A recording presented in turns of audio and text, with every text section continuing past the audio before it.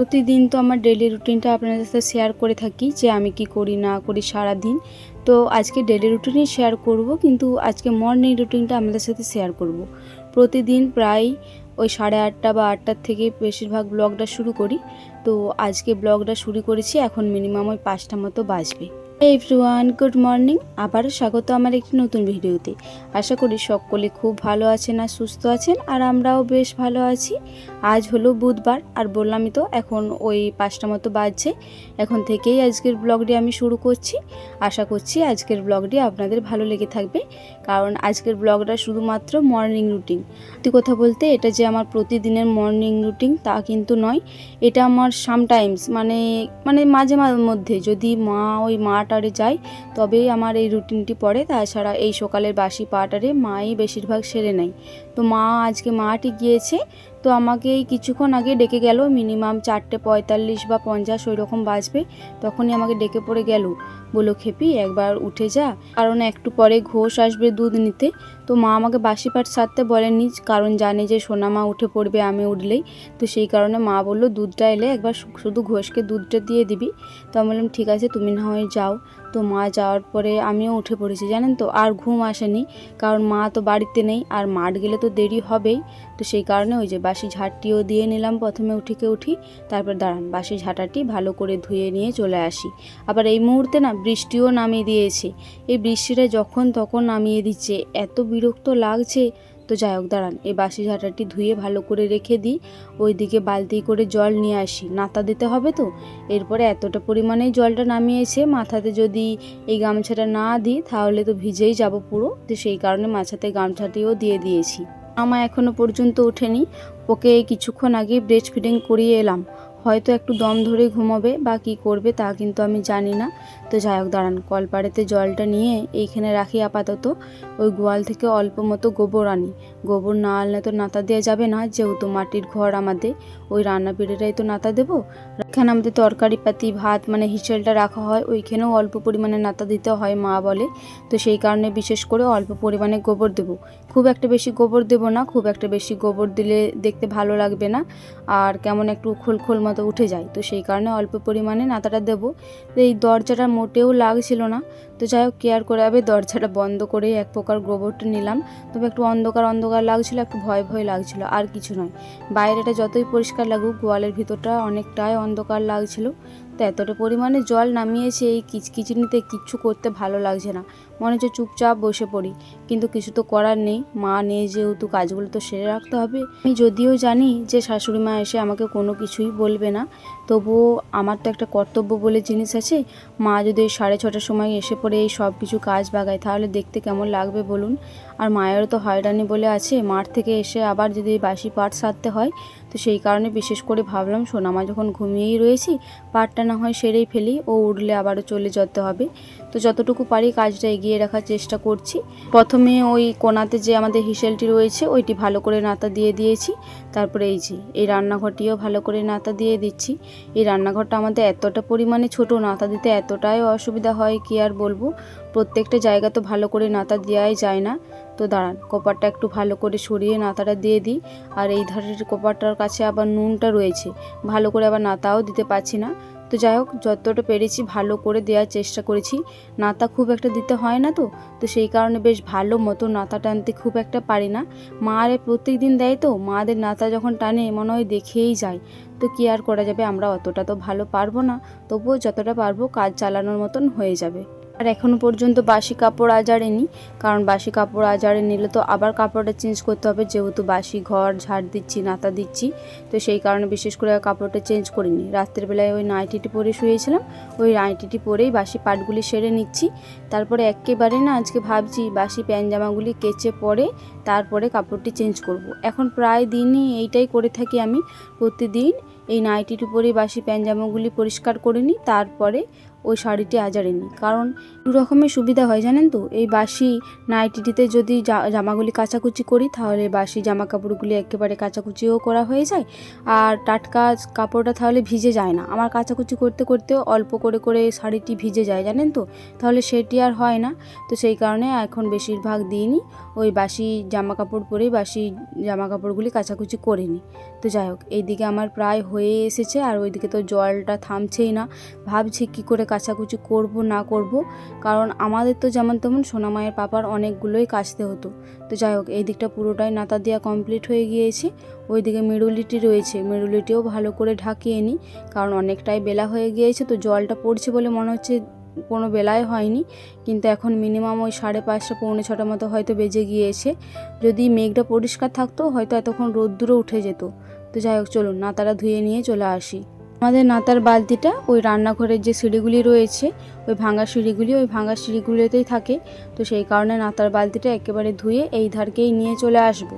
ওইদিকে আবার দেখছি ঘোষ কাকুও চলে এসেছে, ডাকাডাকি করছে যে দুধটা ধুয়ে দিবে না আমি ধুয়ে নেবো। তো আমি বললাম যে না না, মা মাঠ গিয়েছে, তুমি না হয় ধুয়ে নাও কাকু। তো বললো যে ঠিক আছে, আমি না হয় ধুয়ে নিচ্ছি।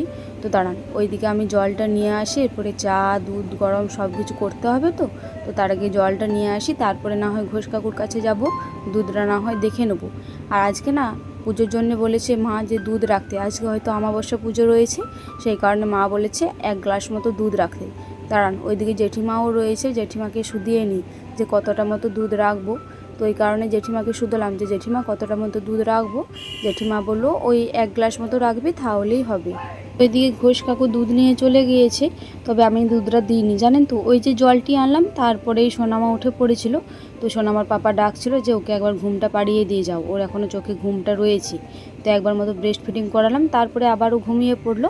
এই কারণে জেঠিমাকেই বললাম যে জেঠিমা সোনামা উঠে পড়েছে, তুমি না হয় একবার দুধটা নিয়ে নাও, ওই পুজোর জন্য দুধ রাখতে হবে তো, ওইটা নিয়ে নাও, আর কতটা পরিমাণে দুধটা হচ্ছে ওইটা দেখে নাও, তাহলে এলে পরে আমি বাবাকে বা মাকে যাকে হোক বলে দিতে পাবো।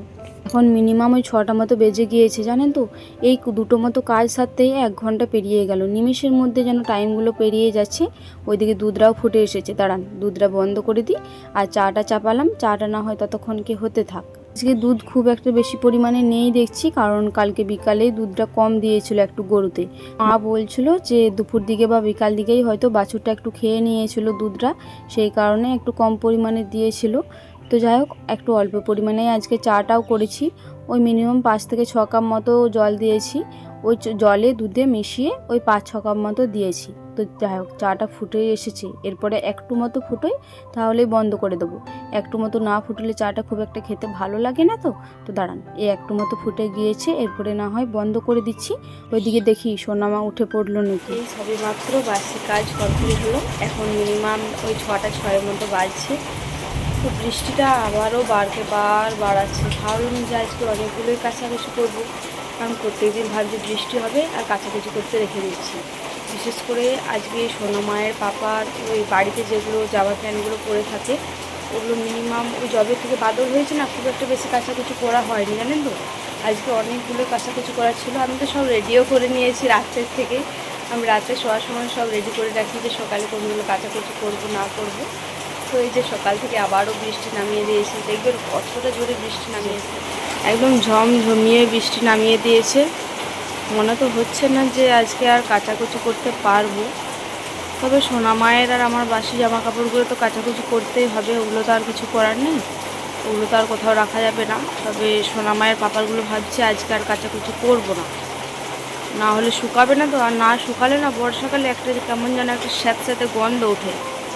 তো যাই হোক, চলুন আমার আর সোনামায়েরগুলোই কাচাকুচি করে নিই, কারণ সোনামা একবার মতো উঠে পড়েছিল, আবারও উঠে পড়বে।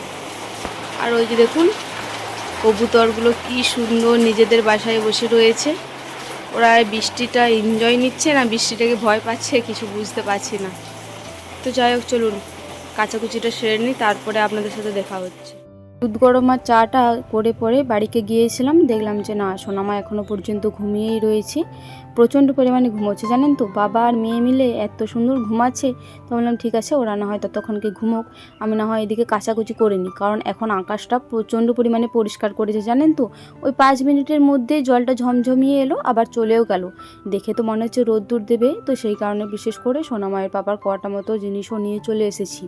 তবুও সব কটা নিয়ে আসিনি, কারণ আকাশকে এখন ভরসা নেই, এই তো পরিষ্কার করছি, আবার এখনই হয়তো জল নামিয়ে দেবে। তো সেই কারণে ওই কটা মতো এনেছি, যেগুলো একদমই কাচাকুচি না করলেই নয় সেগুলোই এনেছি। তো আজকে বিশেষ কিছু থাকেনি, ওই আমার বাসি জামা কাপড়গুলি ছিল, আর সোনামায়ের কটা মতো আজকে জামা কাপড় ছিল, খুব বেশি থাকেনি, আর একটা মতো বেনার ছিল। সোনামায়ের পাপারও আজকে খুব বেশি জিনিস যে এনেছি তা কিন্তু নয়, ওই 3টে মতো গেঞ্জি এনেছি, স্যান্ডো গেঞ্জিগুলি। তো দাঁড়ান, এই গেঞ্জিটা না একটু বেশি পরিমাণে মনে হচ্ছে নোংরা হয়েছে, তো সেই কারণে একটু হাতে করে ভালো করে পরিষ্কার করে নিলাম। 3টে মতো স্যান্ডো গেঞ্জি দিয়েছি, আর একটা মতো ফুল গেঞ্জি দিয়েছি, আর একটা মতো ফুল জামা দিয়েছি। তো ফুল গেঞ্জি বলা ভুল হবে, হাফ গেঞ্জি আর একটি মতো ফুল জামা। তো যাই হোক, এই কটা মতনই ছিল, এগুলো ভিজিয়ে নিলাম, এরপরে কাচাকুচিটা সেরে ফেলি। এখন হয়তো মিনিমাম ওই 6:30 পৌনে 7টার মতো বেজে গিয়েছি। কাচাকুচি করতে তো একটু দেরি হবে, কারণ 2-3বার জল পাল্টে পাল্টে ধুতে হয়, সেই কারণে একটু বেশি পরিমাণেই দেরি হয় জানেন তো। কাচতে খুব একটা বেশি দেরি লাগে না, ওই ধুতেই একটু বেশি টাইম লাগে, কারণ 2-3বার জল পাল্টে পাল্টে ধুতে হয় বলে। তবুও আমাদের মোটর পাম্প করে জল নিই বলে তাই কল পাম্প করে জল নিতে হতো, উপরন্তু তো দেরি হতোই, আবার কষ্টও হতো জানেন তো। তো যাই হোক, এইদিকে আমি শাড়িটাই এই দিকেই মেলে দিয়েছি, কারণ এইদিকে অনেকটাই জায়গা রয়েছে, আর এইদিকে খুব একটা বেশি কেউ পেরোয় না, ওই একটু মতো জায়গা রাখবো, ওই দিকেই যাতায়াতটা হয়ে যাবে। তো যাই হোক, এরপরে একে একে সব কটাই মেলে দিই। আপনারা হয়তো ওয়েদারটা দেখেই বুঝতে পারছেন যে আকাশটা অনেকটাই পরিষ্কার করেছে, একটু দেখছি রোদও বেরিয়েছে, তো সেই কারণে সাহস করে বিশেষ করে এত কিছু পরিষ্কার করে নিয়েছি। তো যাই হোক, আজকে আর বাসে কিছু দেব না, কারণ আবারও যদি জল নামিয়ে দেয় ততক্ষণকে না হয় এই সোনামায়ের প্যান্ট জামাগুলি সব কিছু একটু জলটি ঝরে যাক। তো দাঁড়ান, একটু না ক্লিপগুলো এঁটে নিই, কারণ একটু পরিমাণে বাতাসও দিচ্ছে, যদি ওই পড়ে যায় নিচে, আবার জল রয়েছে অনেকটা পরিমাণে, ওই জলটিতেই আবার পড়ে যাবে, আবারও ধুতে হবে, ততক্ষণকে যদি এই জলটি ঝরে থাকে তবুও সুবিধা হবে। তো যাই হোক, ওই দিকে সব কটা ক্লিপ এঁটে দিয়েছি। তো সোনামায়ের পাপার ওই সাদা গেঞ্জিটাতে বিশেষ করে এঁটে দিলাম, কারণ দাঁড়ান, আর একটা মতো সাদা গেঞ্জি রয়েছে, পাশাপাশি দুটো দিয়ে দিই। বেনারটা তো একটু ভারী রয়েছে, জলের পরিমাণে সেই কারণে ভারী হয়ে গিয়েছে, তো বেনারটা খুব একটা পরার ভয় নেই, ওই দুটো মতো গেঞ্জিই পরে যাবে। তো দাঁড়ান, ওই যে প্রথমেই সোনামায়ের পাপার জামাটা ওই বাসটিতে রেখে দিয়ে চলে এসেছিলাম, ভুলে গিয়েছিলাম, তারপরে মনে পড়ছে কি একটা যেন মিসিং রয়েছে, তো তখন মনে পড়লো হ্যাঁ, সোনামায়ের পাপার জামাটা তো রয়েছে। তো যাই হোক, সোনামায়ের পাপার জামাটাও মিলে দিই। তো উল্টো দিকেই পরিষ্কার করেছিলাম, তো সেই কারণে উল্টো দিকেই রয়েছে, আর বললামই তো যে একটু হাওয়া বাতাস বেশি পরিমাণেই দিচ্ছে, তো সেই কারণে একটু বেশি পরিমাণে পড়ে যাওয়ার ভয় রয়েছে। তো একটু পরিমাণে বতমটাও ভালো করে দিয়ে দিই, যাতে বাতাসে পড়ে না যায়, নিচে যা পরিমাণে কাদা, আর ওই যেখানে খাল আরে রয়েছে ওইখানে তো আবার জলও রয়েছে, জলে পড়ে গেলে তো আবার সব কিছু জামা কাপড় নতুন করে ধুতে হবে। এই যে এতক্ষণে দেখছি ভিজে ভিজে মা এলো, কি পরিমাণে ভিজেছে। এখন মিনিমাম ওই 8টা মতো বাজবে, ওই 7টা মতো বাজবে, 7টা 10-15 মতো বাজবে, সব কিছু কমপ্লিট হয়ে গিয়েছিল আমার কাজগুলি। তো তারপরেই সোনামা উঠে পড়েছিল, তো তারপরে ওইটুকু সময় একটু স্কিপ করেছি সব কিছু কাজ, কারণ সোনামাকে খাবার করিয়েছি, ও পটি করেছিল, ওইটা বাগিয়েছি, ওকে ফ্রেশ করিয়ে একদম পরিষ্কার করিয়ে মনীষা বুনু নিয়ে গিয়েছে। তো এই মুহূর্তেই যে আমি চেনাচুর আর মুড়ি খেতে বসে পড়েছি, তো চলুন খেয়ে নিই খাবারটা। খাবারটি খেয়ে পরেই কটা মাত্র বাসনপত্র ছিল, ওই সোনামাকে যে কটা খাইয়েছিলাম আর আমি যেটা খেলাম, তো ওই কটা ধুয়ে এসে পরে এই যে তরকারি বানাতে বসে গিয়েছি। এখন মিনিমাম ওই 8:30 মতো বাজবে, আর ওই বাসি ঘরটি একটু বিছানাটা তুলে ভালো করে ঝেঁটিয়েও নিয়েছি। তো সব কিছু তো আর আপনাদের সাথে একদম পরিষ্কারভাবে শেয়ার করতে পারছি না, যতটুকু পাচ্ছি আপনাদের সাথে শেয়ার করছি মর্নিং রুটিনটা। তো বিশেষ করে আজকে শেয়ার করলাম মা না থাকাকালীন, মানে শাশুড়ি মা না থাকাকালীন আমাকে সকালে কি কি করতে হয়। তো যাই হোক, আজকে মাই যেহেতু সকাল করে চলে এসেছিলো আর বাসি পাটও সেরে দিয়েছিলাম, তো মাই আজকে সকাল করে স্নান করে চলে এসেছে, তো সেই কারণে মাই আজকে ভাতটা চাপিয়ে দিচ্ছি।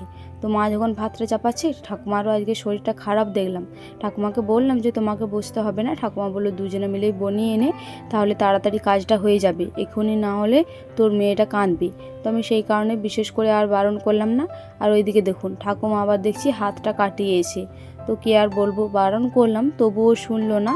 তো এই যে দেখুন আবারও বোনাতে বসেছি, বললাম যে বোনাতে হবে না, বলছে না না তাড়াতাড়ি বনিয়ে দিচ্ছি, তাড়াতাড়ি হয়ে যাবে। আর ওইদিকে বড় কাকিমণি এসেছে, বড় কাকিমণি বলছে পুচকু সোনাটা এতটা পরিমাণে শান্ত যে কোনো কথাই বেরোচ্ছে না, তোর মেয়েটাকে আর কথা বলবেই না। বললাম বলবে দাঁড়াও, টাইম লাগবে, কারণ সোনা মানে একটু চুপচাপই বেশি থাকে, খুব একটা বেশি চেঁচায় না, তবে যখন চেঁচাই প্রচণ্ড পরিমাণে চেঁচাই। তো আমি সেই কারণে কাকিমণিকে বলছিলাম যে যখন চেঁচাবে না আমি একটু রেকর্ড করে রাখবো, তোমাকে না হয় শোনাবো। তো সেই কারণে একটু হাসাহাসি করছিলাম সকলে মিলে। তো বিশেষ করে এই কথাটা উঠলো কারণ সোনা মা আমাদের সাইডেই রয়েছে, আর ও নিজের মনে যা কিছু একটা নিয়ে খেলা করছিল।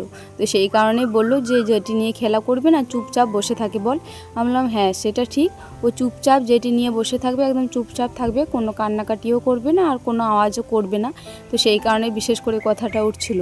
আর ওর বাবা না একটা ক্যাকটাস এনেছে, ওই তারাপীঠ গিয়েছিল, তো এই ক্যাকটাসটা দাদাভাই ওকে দেখাচ্ছিল, ও প্রচণ্ড পরিমাণে ভয় পাচ্ছিল, সেই কারণেও একটু বিশেষ করে হাসাহাসি হচ্ছিল। তো যাই হোক তরকারি বানানোটা কমপ্লিট করে ফেলি। এদিকে তরকারিটি বনিয়েই দেখলাম সোনামা একটু চোখগুলো কোচালছিল, ভাবলাম যে ঘুম পেয়েছে। তো একবার ব্রেস্ট ফিডিং করাতে গেলাম, দেখলাম যে না ঘুমালো না, মনীষা বুনু গিয়েছিল, মনীষা বুনুর সাথে আবারও চলে গিয়েছে। দেখলাম যে মায়ের ভাতটা ওইদিকে হয়ে এসেছে, আর এইদিকে মা না এই সর্ষে বাটনাটা বেটেই রেখেছিল। আজকে সর্ষে বাটনা দুটো রকম রান্না হবে, একটা হবে ওই মাছগুলি রয়েছে, মাছগুলিতে আর আলুতে সর্ষে বাটনা দিয়ে ঝাল দেওয়া হবে, আর একটা চচ্চড়ি হবে। তো সেই কারণে দুটো বাটিতে করে তুলে রেখে দিলাম। আজকে কুমড়োতে আলুতে সব কলাই দিয়ে একটা ডাল হবে, তো ওই কারণে বিশেষ করে আদাতে জিরেটা বেটে দিচ্ছি, কারণ আজকে সোনামাকে ভাবছি একটু খিচুড়ি খাওয়াতে নিয়ে যাব ঠাকুমাদের বাড়িতে। সেই কারণেই বিশেষ করে বাটাবুটিগুলো করে দিয়ে যাচ্ছি, যাতে মায়ের রান্না করতে সুবিধা হয়, যাতে তাড়াতাড়ি হয়ে যায়, মায়ের খুব একটা অসুবিধা না হয়। কারণ মা না রান্না করতে করতে একবার ছাগলকে খেতে দিতে যায়, একবার গরুকে খেতে দিতে যায়, তাহলে মায়ের তো তাড়াতাড়ি লাগে। তো সেই কারণে বিশেষ করে যতটা পারছি এগিয়ে রেখে দেওয়ার চেষ্টা করছি। আজকে যেহেতু মর্নিং রুটিন ছিল, তো সেই কারণে আজকের ভিডিওটি এই পর্যন্তই, আর বেশিক্ষণ কন্টিনিউ করতে পারিনি। যাই হোক চলুন আবারও দেখা হবে পরবর্তী কোনো ভিডিওতে, ততক্ষণে সকলে খুব ভালো থাকবেন আর সুস্থ থাকবেন। আর আজকের ভিডিওটি ভালো লেগে থাকলে একটি লাইক, কমেন্ট, শেয়ার আর সাবস্ক্রাইব করে আমার এই ছোট্ট চ্যানেলটির পাশে থাকবেন।